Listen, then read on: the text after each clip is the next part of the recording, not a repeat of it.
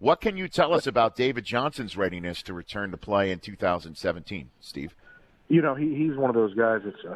He's a fast healer. He's a genetic specimen. He has worked extremely hard in the process to come back.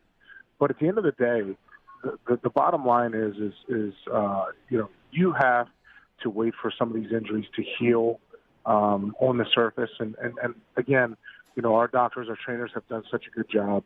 He has to play with, you know, a cast and that sort of thing. So we just want to make sure that moving forward that he's healthy, he's ready to go, and we certainly don't do anything moving forward that's going to, you know, hurt his career for the long term. Sure, but as we're sitting here getting ready to kick off Week 10, there's still a shot at this happening, you think? Yeah, I mean, you know, there's certainly a shot that guys like him, TJ Logan, who was on our IR, Carson Palmer, guys that could potentially come back as IR to return players.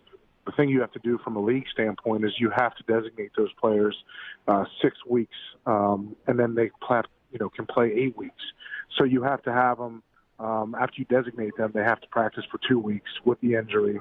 And then, you know, obviously from a injury standpoint, they can play. And that's a good thing because it's making sure that these guys are ready to go and there's no issues moving forward.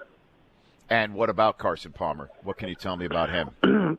You know, he's been around every day. He's certainly involved. He's keeping his mind sharp. I know that, being in meetings and being around the team.